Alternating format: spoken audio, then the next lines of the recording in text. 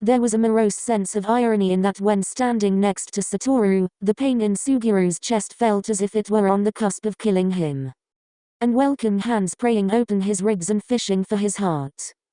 To place his hand down over where the phantom pain originated did not do enough to convince him it was anything but an unconscious reaction to the knowledge he'd willingly sought after. The three of them met up with the rest of their group outside the same cafe Suguru and Itadori had left them at. Little changed during their absence, and predictably, Chozo was quick to reclaim Itadori from the older teenagers while assessing his current state in silence. The curse knew of the conversation that had taken place. No expression Suguru could give would provide a satisfactory answer on how it went. But the fact that both Yuji and himself returned quiet and willing to follow along after Satoru's whims as he gathered the group together was enough for the curse's usual glare to cease. In fact, Suguru would dare say the look he'd received was almost apologetic. But he was quick to toss the idea aside as the curse was still well aware of the willful acts Suguru's future counterpart had committed before his body's possession. Somehow, that had been the least surprising thing Suguru had learned. He knew a part of him was concerned that his innate reaction had been tame, all things considered, and that his own acceptance of the news came with so little objection. Another piece of him simply didn't care, too preoccupied with the events which followed to dare question the steps which led up to it. There you guys, Ahabara stood on the tips of his toes, wildly waving over the crowd even after he got their attention. We have to get moving if we don't want to miss the bus. As if the bus ride was any less suffocating than the city they were in. It was fortunate for them that the bus had enough space to accommodate all 8 of them. Flocking to the back, they claimed the cluster of available seats, splitting in the same pattern of small groups as they had at the cafe in the ride before this one. Suguru was among the first to get on, and he claimed a window seat, with Satoru naturally falling into the seat next to him. His friend angled himself so that his feet were in the aisle. Sitting sideways in his seat with no regard for how his shoulder would smack into the seat in front of him every time the driver made a harsh stop if his infinity wasn't activating right before impact. One of the most highly regarded cursed techniques in history, and Satoru used it for the most undeserving of things. The argument could be made that the activation was more or less automatic at this point, but Satoru moved and spoke with the knowledge of its existence in mind. He also could turn it off whenever he pleased. Suguru hadn't felt the touch of infinity in over 2 years. Even now, he could reach out his hand and never feel the technique's presence. Nothing would prevent his palm from resting against Satoru's back, but he still couldn't bring himself to touch him. Satoru sat next to him, grinning ear to ear and talking his heart out over whatever meaningless topic that tumbled into his head. Until he wasn't. Until Satoru's voice faded out with his lips slow to close after. He turned to the front of the bus, just far enough to take himself out of the group but not enough for his eyes to land on Suguru. The whole scene slowed down to a crawl. Speeding up back to the present mere seconds later when Satoru let out a laugh and dived back into the new topic in the air as if he'd been paying attention all along. A wall unlike any other before it had been erected between them, and as much as Suguru was willing to admit his own withdrawal was a cause, he wasn't as certain that he bore the sole responsibility. When they finally arrived at their stop, Suguru was quick to separate himself from the talk of movies and other lazy day activities Satoru and Habara were so eager to suggest once the time-traveling pair was returned to the guest house. Be-chp had already excused himself to continue his own studies once they passed through the front gates. And while Nanami had attempted to do the same and even suggest his fellow second year join him, his arm was tightly bound in Habara's grasp and subsequently twisted into going along with whatever else this free day entailed. With all the commotion, the freedom to slip away down the nearest stone path was Suguru's to take. His own steps grew faster once he was out of view as a new destination had come to mind during the final stretch of their lengthy ride. What had simply been a bid for some much-needed solitude in his dorm had turned into a search for something more, a goal to keep his mind focused and his body moving toward something. Anything. Though in this case, there would be a benefit if his search was fruitful. Soon, the building Suguru was after landed in his sights. Two doors stood in his way, neither locked nor stubborn when it came to pry them apart and granting himself entry to the room that lay beyond them. The Technical College's archives. A venerable, comprehensive library spanning multiple floors that dug further into the ground with each descending level. The Tokyo branch and its sister school in Kyoto were a fundamental cornerstone of the jujutsu world. Their collective knowledge, while cut at the knees with the number of techniques and other hidden secrets kept from leaking out from the clans themselves, was still vast enough to be considered a valuable tool to all students and alumni. There was no digitally constructed database to facilitate a dive into the collection of texts before him. Anyone who wished to access the archives had to do so in person. A rather trivial, but annoying inconvenience given that there was no good reason to avoid transcribing the texts when it would only benefit their continued effort for preservation. As many of the old tomes and scrolls kept within these walls had no copy. But it would seem the elders in charge of maintaining their unparalleled hoard of information would rather cling to a century that has since passed, too afraid of the original texts being obsolete. That thinking was what led to this library's stagnation. This was not the first time Suguru had visited the seemingly endless rows of aging shelves and cluttered tables full of abandoned books and half-written notes of those who came before him. Nor was it the first time that Suguru had come in search of information regarding cursed objects. Last November, when the month was nearing its end, Suguru had worked up the will to summon that accursed worm he'd taken possession of after Fushiguro Toji met his end. A chance thought reminding him of how many tools the man had in his possession led to Suguru's own curiosity getting the better of him. Alone in his dorm, the contents of the worm's stomach were spewed out onto the floor, leaving him with more questions than answers on what he now had at his disposal. He'd never sought to report this event to anyone. Not to the elders. Not his sensei. Not even Satoru, wishing to leave any mention of that assassin in the past where it belonged. If his lie had been found out, he'd first argue his own forgetfulness in knowing the curse held anything more inside it in the first place. Until then, such powerful tools he'd gained would not be returned to the very hands he'd grown to distaste if he could help it.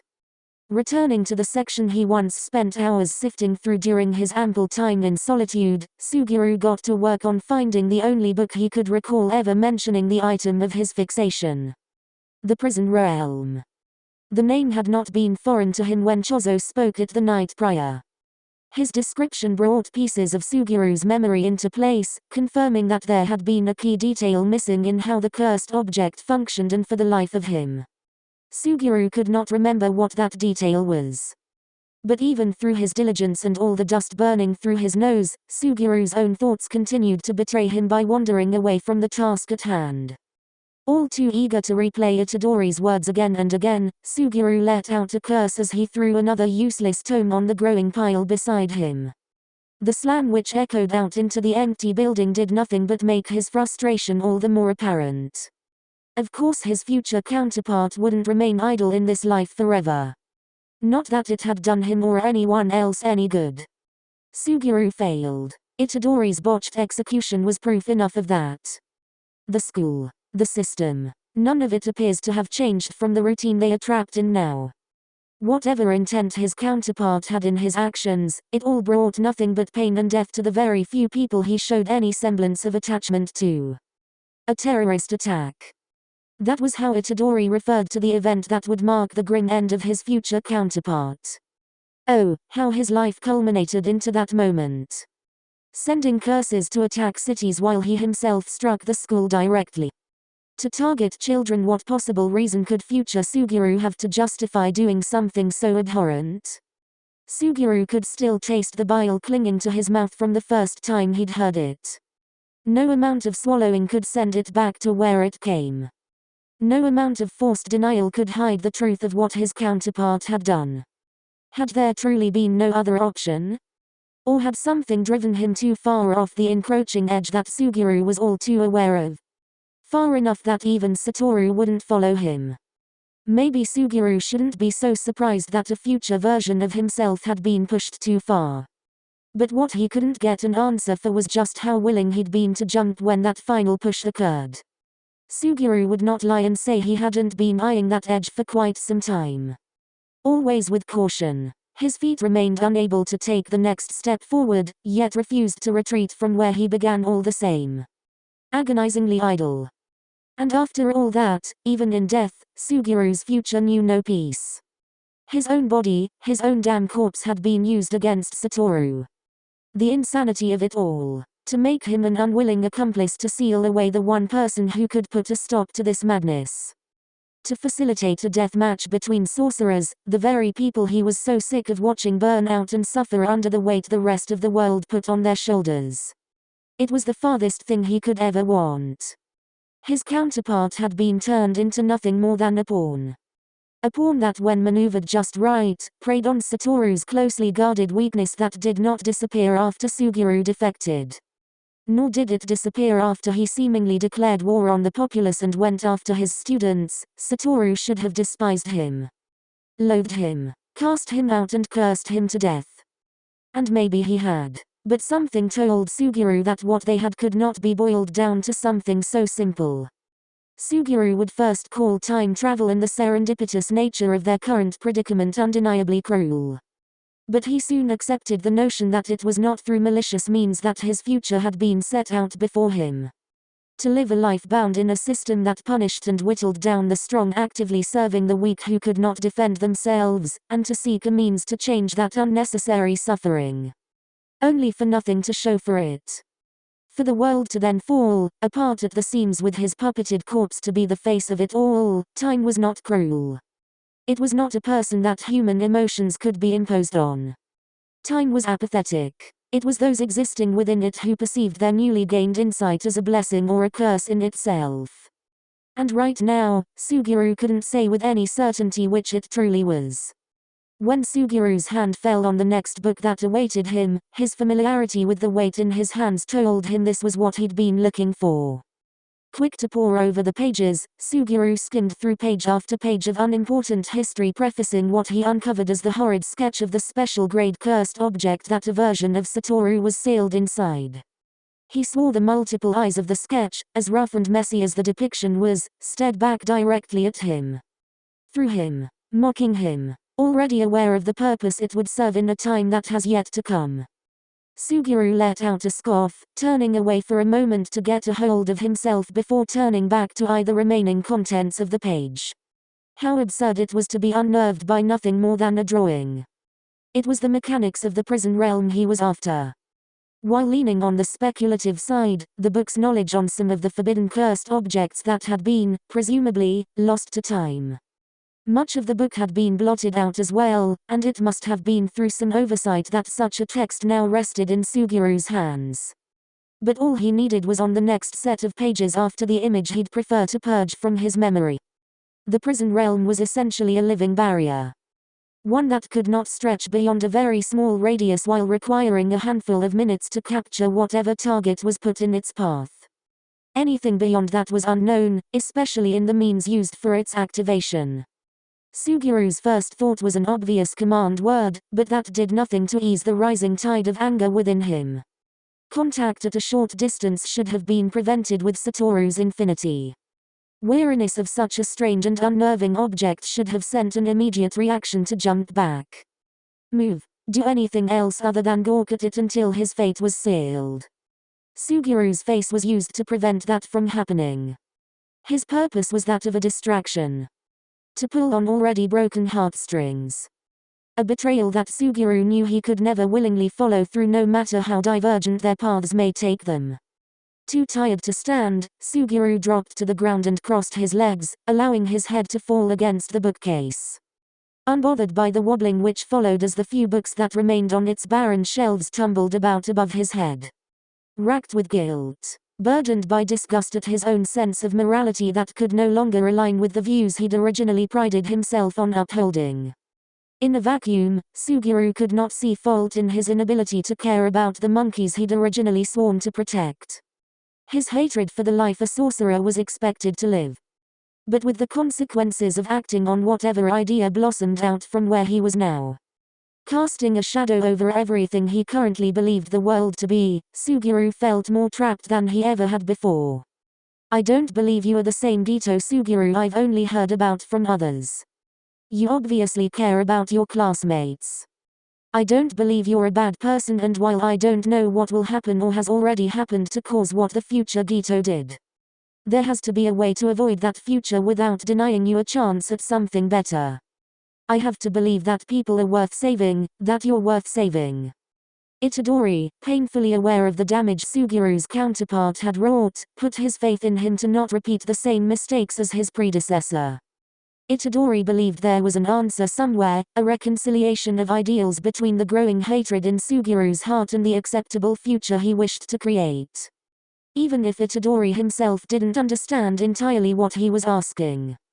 His trust felt unearned, unwise, naive and childish. But like Satoru, there was something about the way Itadori looked at him with all the hope in the world that urged Suguru to consider his actions more than he had before.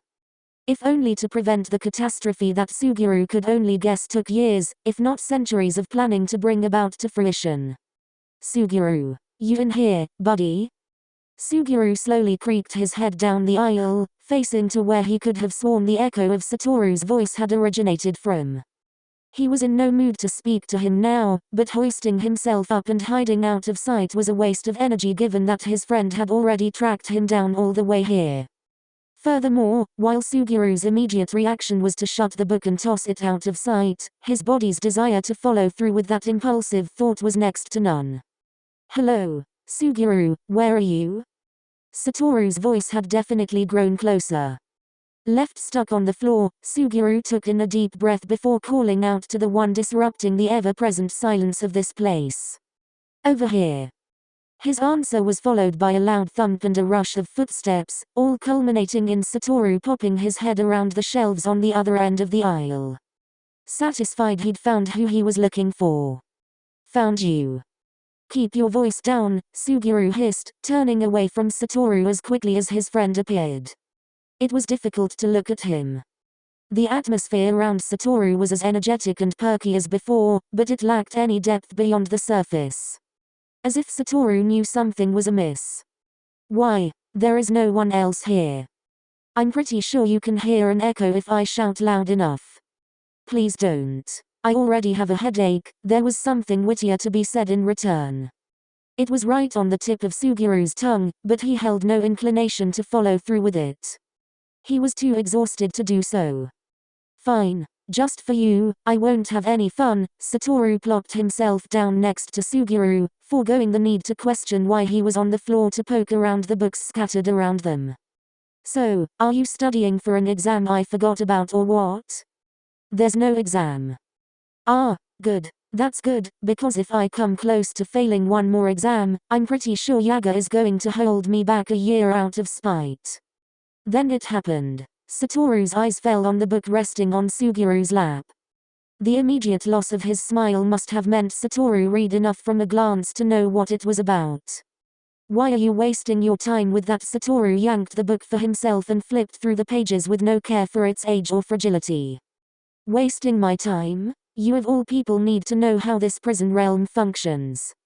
How to counter it. While it may be lost now, it won't be lost forever because that fake wants to seal you within it.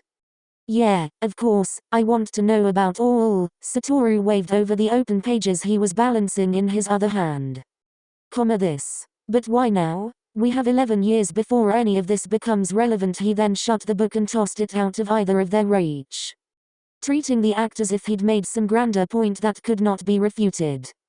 If they were going to use Itadori's timeline of events as something to abide by without considering the repercussions of the time traveler's presence. Satoru was still wrong about the time they had to prepare. He had 11 years to sort this out. Suguru had 10. And when they consider the changes being made with each new action taken, that number could easily stretch or condense depending on their enemy's response. Fake Kamo, by Itadori's description, had planned this culling game of his long enough for Suguru to identify a tactician when he heard one. There is no telling how much their enemy was aware of the ongoings of the Jujutsu world. If Itadori or Chozo's presence were to become known and rumors were to spread, then Fake Kamo would most certainly investigate his children's interference and adapt to the changes they were making. Pretending they had all the time in the world would do no one any favors. Today is a day off we didn't have before. Let's just sit back and enjoy it. If you want to read, fine, but at least pick up a manga or something instead. Satoru, I can't. That's no excuse. You said you would prepare. That you were going to change the future, so why are you still pretending everything's okay? But not everything has to be done today. And before you counter with the stuff with Be-chp, I had asked him to look into some things before I knew we were going to have this wonderful day off in the first place. What's gotten under your skin? I thought you were doing better since you seem to have lighted up with Yuji. If not today, then when Suguru straightened his back, glaring as he forced Satoru to answer him. You're so hellbent on claiming you're going to look out for everyone here, but the moment I decide to do anything, you step in order for me to stop? Is this what I get for caring about what happens to you? That's not it. I just wanted everyone to have a few good hours without all the melodrama. Is that so wrong now? Defensive, their eyes parted from each other as Satoru made sure his glasses remained firmly in place as he continued on, and it's no. I'm doing nothing at all. Again, I wasn't going out of my way to look for it, but I figured out whose body fake Kamo is hijacking in the future. So if you really want to keep talking about it. Suguru doesn't. The body fake Kamo's using is. He doesn't want to hear Satoru say it. Satoru, it's. But Suguru wasn't fast enough to stop him. Habara's. Mine. What both teenagers shouted in unison, neither ready to accept the words coming out of their respective mouths. Habara aghast, Suguru whispered the name regardless, questioning where such an idea could even stem from. Habara, how could you even assume? He wasn't in any of Yuji's photos, Satoru shouted, his voice breaking at the sudden shock tampering with his nervous system. He was shaking, too much energy at once poured in, forcing his friend to his feet to pace back and forth as he explained his reasoning as coherently as possible. And I watched the two introduce themselves to each other this morning. Yuji didn't have a single clue who he was. And last night, when he was telling us about the future, Yuji also said he'd never met the body fake Kamo was using before. It had to be someone close to us or else. The small study table situated nearby scraped against the floor as Satoru grasped the side of it to hold himself steady. You're telling me you think yours? Really? How the fuck does that make any sense? That'd mean you have to be dead. No, Satoru shook his head. He'd do it again and again. So much so, that he must have worsened his balance further on account of his teetering feet. No, that's not possible. There's no way. Satoru. You aren't dead. Satoru, look at me. Suguru's request was met with a harsh strike to the table in the wake of Satoru's frustration. The infinity enveloped his strike with more energy than Satoru must have intended, leaving the mass of splintered wood to remain nothing more than a pile of wood chips below the fist still hovering in the air. It remained in place as Satoru finally looked at Suguru with every emotion poorly flushed from his face. Itadori told me himself. You saw his photos. You know that I know what I saw. Satoru cut him off, his arms dropping to his sides. I was hoping that you were. That what I saw couldn't be. Fuck. The chair that had escaped the table's destruction now stood on its own, subjected to Satoru's forceful hand as he pulled it close and sat down. Like Suguru before him, he'd gone silent for a moment as his mind worked to accept what he was being told, hitting his forehead against his fist until the futility of it all was painfully understood. How? The word, while expected, hurt all the same to hear. What came next, Suguru had assumed would be questions. An endless series of details and nitpicking that matched Satoru's consistent curiosity about the dangerous unknown the future held.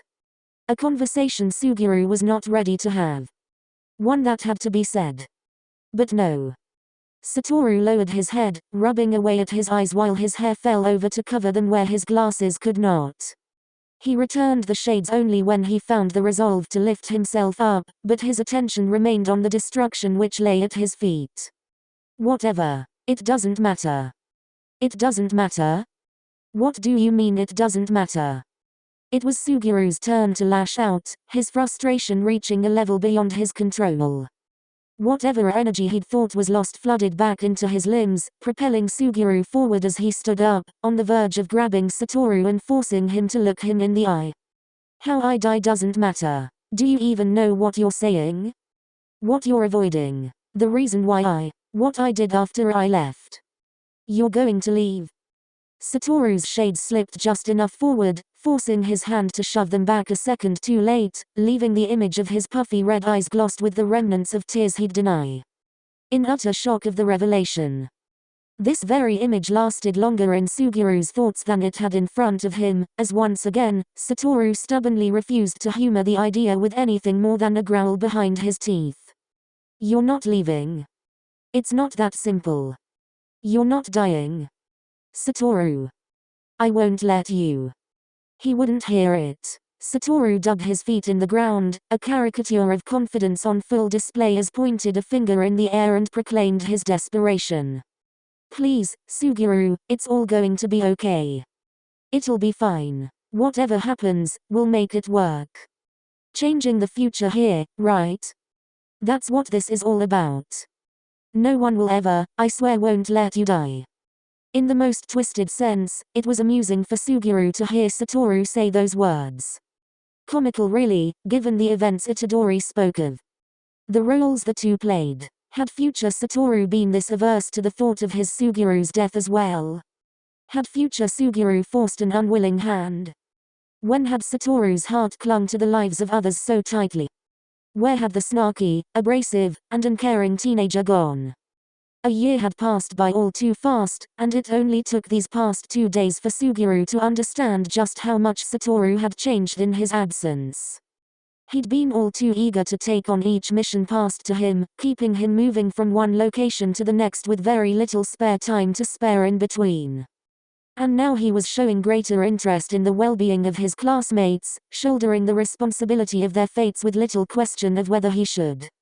What hadn't changed was Satoru's ego, and his false assumption that he could fulfill every new role bestowed upon himself. You're adding my name to the list, is that it? You'll keep an eye out on myself, Nanami, and whoever else you deem necessary on top of all your work as a sorcerer? Clan head, a future instructor to this school? You're going to stretch yourself too far, you'll snap. Have a little faith. I can handle it. Satoru's insistence only served to bolster Sugiru's anger. With all those missions you take, you've scarcely stepped foot on the school's grounds this year. Rarely do we see each other. Speak to one another. This is the most we've talked in months. Okay, yeah, that's completely fair, I should call more often, but once I figure out this teleportation thing I can be anywhere I want in an instant. Goodbye long hours on the road, hello Suguru. Will things truly change? Satoru continued to leave them behind, to leave him behind. But why? Why leave at all? When does he care so much about fulfilling your mission? Can he not see that if not by their own hands, it will be the never-ending barrage of cursed spirits that eventually do them in? That doesn't change your workload.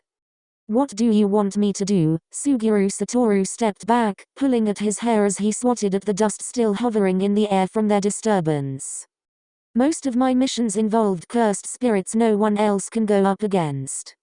I have both the infinity and the 6 eyes. I'm not supposed to have limitations, and once I get over this next hurdle, I can do everything I say that I can. Don't you always drone on about how it was the strong who were supposed to protect the weak? I finally get it now, and here you are looking at me like I've grown a second head. To throw his own words back at after everything they've been through. You're so confident that you can fix everything, yet you can barely comprehend how much space now sits between us. At the top of his voice, Suguru forced the disparity separating them into the forefront, refusing to allow Satoru to ignore it any further. Even Satoru's own words betrayed his denial, proving that even he has begun to acknowledge the divide in power as his control over the infinity has developed into unparalleled precision. They were both special grade sorcerers, but even among special grades, there was a hierarchy in which Satoru placed himself at the top. It was that notion that caused Sugiru's patience to snap. His feet moved before he even thought about leaving, walking away from Satoru and this utter mess they'd created, but to no avail. A hand stopped him, holding his own in a vice grip, initiating contact in defiance of Sugiru's words. Don't go. Not now, Satoru stuttered, tightening his grip further. Please. I'm not, Suguru let out a sigh, taking most of his external rage with it. I'm not running off forever. I need a moment to myself right now. A break. 5 minutes. An arbitrary number. One Suguru doubted Satoru would even follow, but that wasn't the point of speaking it aloud. 5 minutes. The echo was a good enough sign for Satoru to release him. There was nothing else to say as Suguru left, his steps picking up a faster pace the closer he climbed his way up to the exit. His own body remained tense, as if expecting another obstacle, whatever that may be, to attempt to block his path. When he made it outside, Suguru raised a hand to block out the sun straining his eyes. The outside air should have been refreshing, but all it did was sting his lungs and soil the moment of peace he was looking for. Beyond the front steps, Suguru had no place in mind when he stormed out of Satoru's sight. There was no good reason to search out the rest of his classmates, and while the thought of returning to his dorm had begun to sound appealing, the chances of others stumbling in the hall outside were enough to dissuade him. Did Satoru expect him to return to the library when his time was up? Or was Suguru going to be tracked down? He supposed Satoru would be stubborn enough to track him down no matter what he did, leading Suguru to pick a direction at random and begin putting distance between himself and the library before Satoru came shuffling out behind him. Today was all too much. And still far from over, Suguru wasn't all too shocked that his time alone had been interrupted just as quickly as it started. There you are. Somewhere between the dorms and the track, Suguru came to a stop underneath what little shade the trees could offer under the midday sun, responding to being called out from some distance ahead of him. By the time he'd lifted his head and registered the voice responsible, whatever time he had to collect himself had vanished when he was greeted by Shoko, now slowing to a safe stop in front of him. Sensei's been looking for you and the other idiot. Mostly the other idiot, since he's the one responsible for today's little outing. Are you doing okay? I'm fine. You said Sensei was looking for us? Ever the perceptive one, Shoko grabbed her chin and hummed as she scrutinized the poorest lie Suguru has given yet. You're making that face again. What face? The constipated one. You should really see a doctor. Oh wait, I'm right here, Shoko snickered at her attempt at humor, the noise quick to fade when she didn't get whatever reaction she was hoping for. Well, as close as you're going to get. Come on, tell me what's got you all messed up. Shoko, I don't want to talk about it. In fact, I came out here specifically for the purpose of not having to talk about it. Suguru hadn't intended to sound as harsh as he had, but his response was accepted with open arms as any other. Alright, then I'll answer my own question and talk for the both of us. You and Gojo got into a fight. You tell just by that? 3 years of you two being at each other's throats tend to provide enough signals to pick up on when the words get out of hand. Was it really that easy?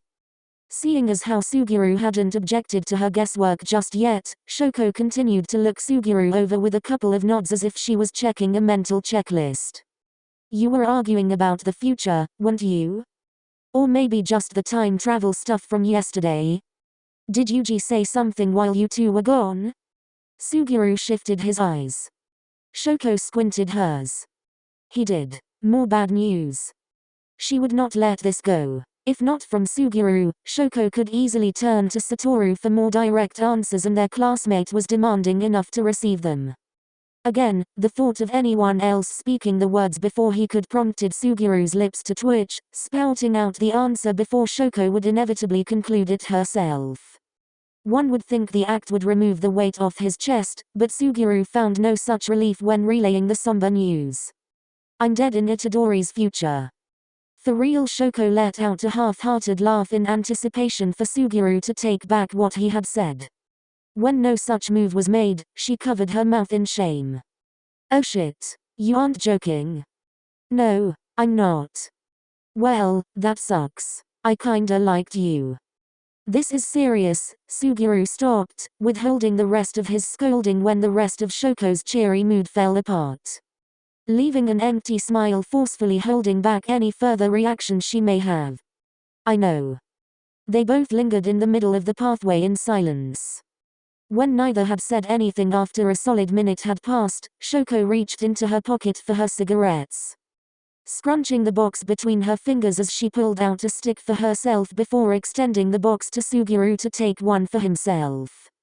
When it came time to light them, Shoko struggled with the lighter, silently cursing the tiny thing as the spark would not produce a usable flame. Offering to assist would have most likely made her frustration grow worse, thus Suguru kept silent until she shoved the lighter in his hands or got it to work on her own. After a series of repetitive clicks and groans, the latter temporarily won out. But once Shoko had gotten her cigarette successfully lit, the flame blew out again, causing her to chuck the fold contraption at the bin a couple of meters away from where they stood, missing her target by a wide margin.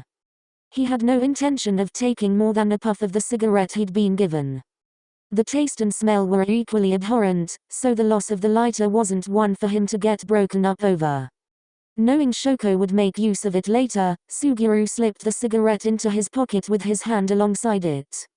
Shoko trudged over the garbage bin to clean up the cracked lighter off the ground. You did something stupid, didn't you? Yeah. Are you going to do it again?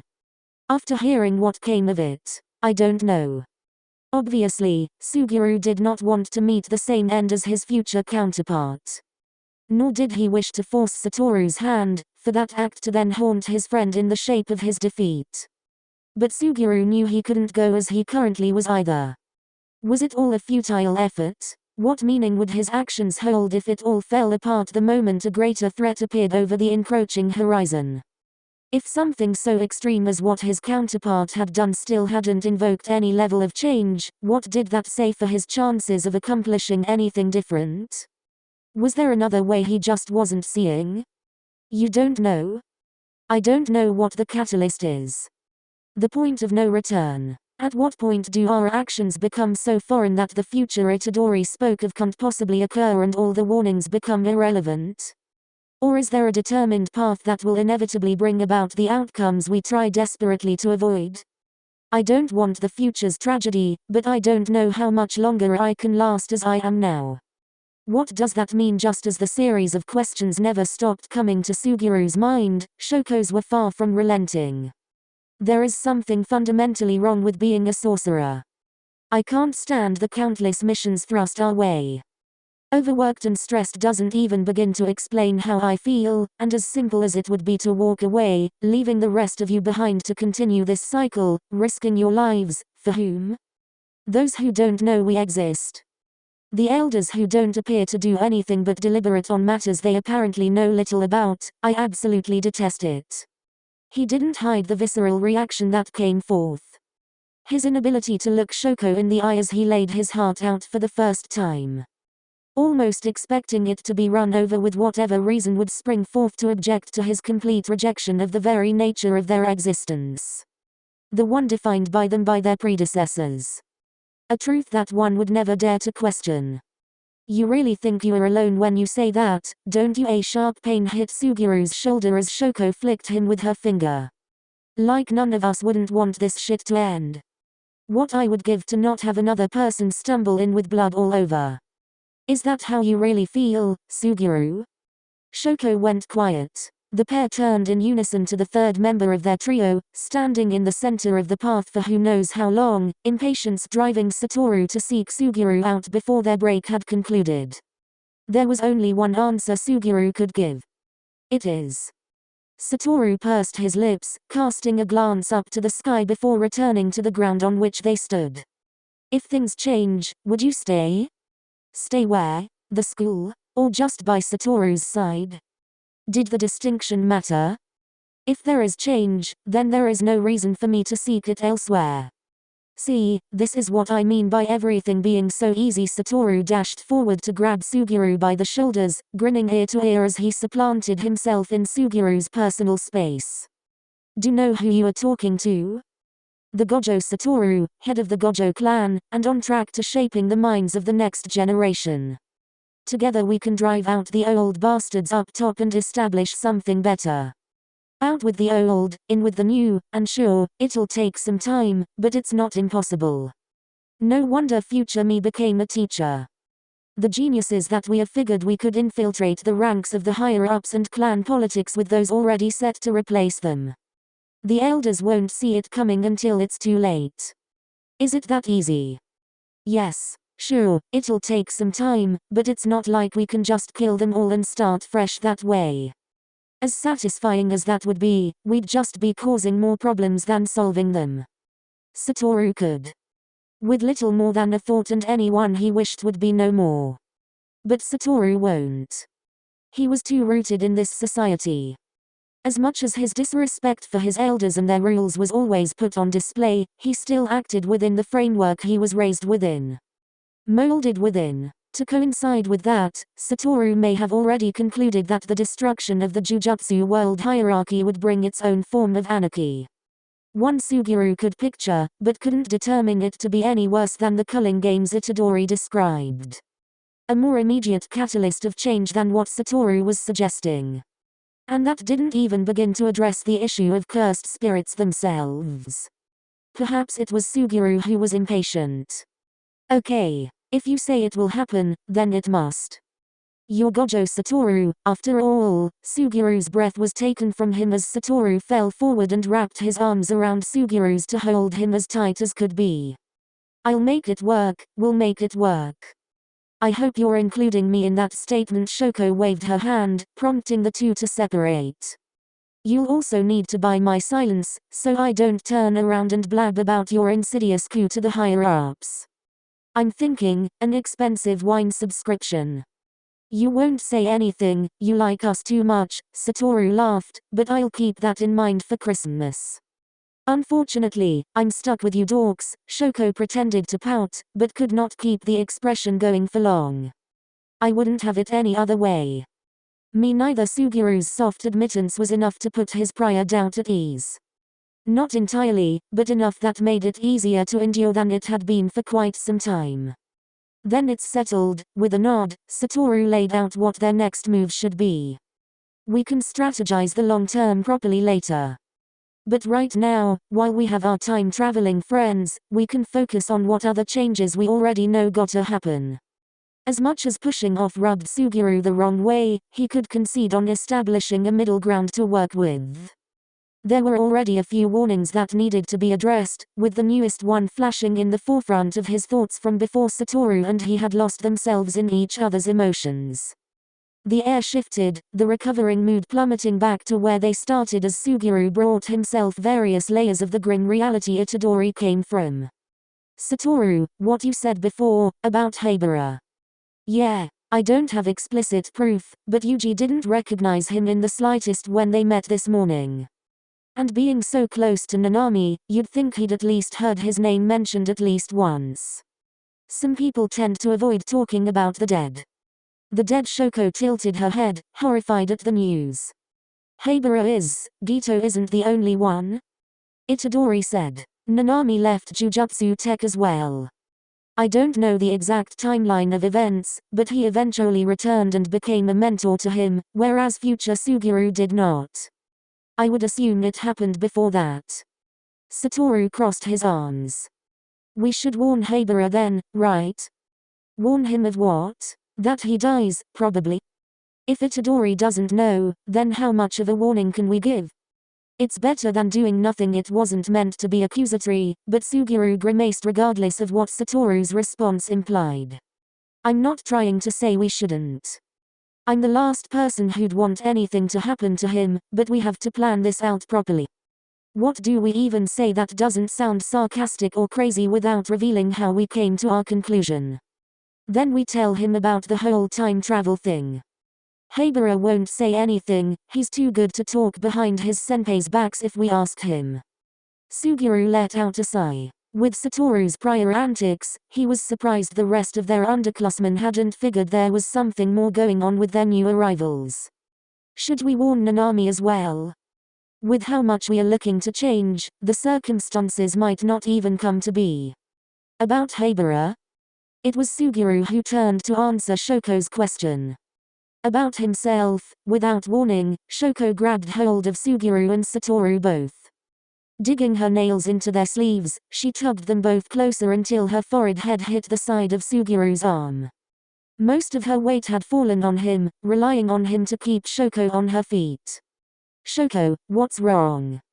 I'm learning that in the future, my Koheis are dead, and that my 2 idiot classmates are either dead or shoved in a box, sniffling. Shoko moved her head so that the rest of her muttered words were no longer muffled by Suguru's jacket. Future Shoko must hate it. Being alive and alone. Your future self isn't completely alone. Satoru leaned down to look at Shoko directly, attempting to offer some kind of respite from her conclusion. Be-chp seems to be alive and well. Satoru, you aren't helping. Contrary to what Suguru said, his friend's words appeared to work, as a tiny smile broke through what little they could see of Shoko's face. Always reliable Be-chp, she squeezed their wrists tighter before letting go. Wiping the rest of her face with her sleeve before shooting an apologetic look Suguru's way for leaving small splotches of her tears on his jacket when there was nothing for her to apologize for.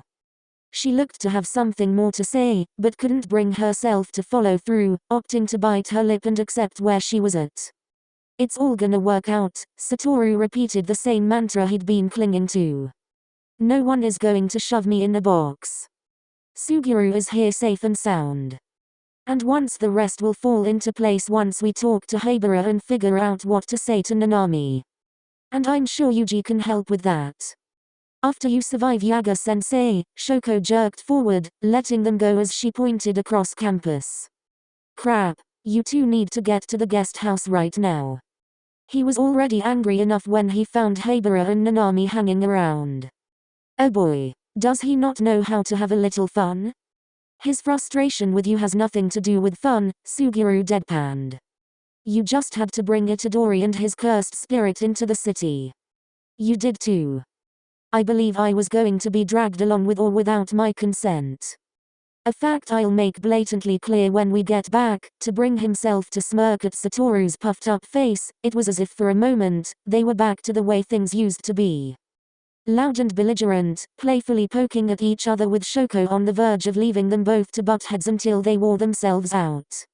It never escalated to that point, with both shifting their focus to following Yaga's order rather than continuing their nonsensical spat. The walk back was short, with neither needing to drag their feet, especially when Satoru shouldn't have left the time-traveling pair out of his sight to begin with.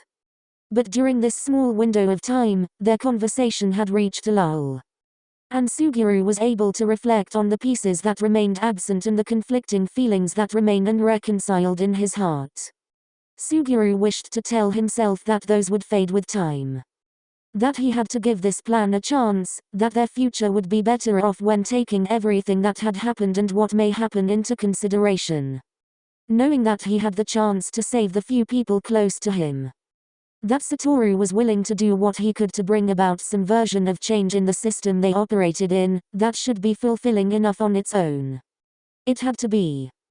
Maybe it was too early, too sudden, for Suguru to experience the doubt to disappear. For his breaths to come without fear or dissatisfaction. With those explanations in mind, Suguru continued to walk, holding out the hope that in time, he'd find the solace he was looking for. As with a lot of things, only time would tell if their decisions would pay off in the end. Notes. This chapter is very much a Suguru chapter. I really wanted to delve into his reaction and just, an intimidating endeavor that I have finally returned to. It's good to be back. Notes. I wanted to give a nod to Toji's worm-cursed spirit and how not only Suguru got a hold of Playful Cloud but any research he may have done on it and any other cursed objects Toji had in his possession. Suguru clearly didn't return Playful Cloud in canon, so I wanted to explain that bit here. A lot of Suguru's motivation even when he goes a bit insane by the time JJK0 rolls around is his care for his fellow sorcerers. He wants to put an end to cursed spirits because then there wouldn't be a need for sorcerers to risk their lives. So his reaction and disgust of his future counterpart stems from future Sugiru's willingness to attack children with no context given, and then the many deaths that come from the use of his body to seal Satoru and start the culling games. But that same motivation is why it's so hard for him to allow Jujutsu Society to remain as it is currently. It's easy to see that a future without cult leader Suguru and Kenjaku fulfilling his plans is the better option, but in Sugiru's mind, he might start to wonder if he's choosing the lesser of two evils rather than doing an explicit good he can live with. There is so much more he needs to talk to Satoru about, and communication is not their strong suit. Case in point, even after this talk, there are still barriers present between them, just not as pervasive as before. Satoru wants to wave everything off as fixable, and that worrying would be a waste. Leaving this conversation with a sense of accomplishment when there is still so much Suguru has yet to discuss with him. And it's up to Suguru to share more of what is going on in his head, but he purposefully withdrew from saying a lot of things in favor of his own assumptions. These two are a mess, and I want to keep exploring that going forward since we aren't close to endgame. I'm hesitant to even say we reached a halfway point. I also wanted to point out where Suguru and Satoru are morally, how they've flipped as shown in the manga. In the time they spent apart, we get glimpses of Sugiru's deteriorating mental state and beliefs, and here, especially with scenes involving Yuji, we get to see Satoru's change in mindset. A mindset that's only bolstered by his title of strongest sorcerer and what people expect of him already. If there are more notes, I'll add them in later or in the comments as per usual. Next chapter is already planned out, with Chozo's POV, along with a bit more time with Haibara and Nanami. I have given into my own desire, and while neither will have a POV chapter, their presence in the fic has grown immensely from when I originally set out to write it. I'm back in school for the semester, but being able to scrounge up a minimum of 2 updates a month would be a solid goal to have as time allows it. Thank you so much for reading. Your feedback, as always, is more motivating than you know. I can't wait to see you all next time. Notes. I have a Twitter if you wanna come say hi. Flail of snails. I'm not crazy active, but I respond if poked responsibly.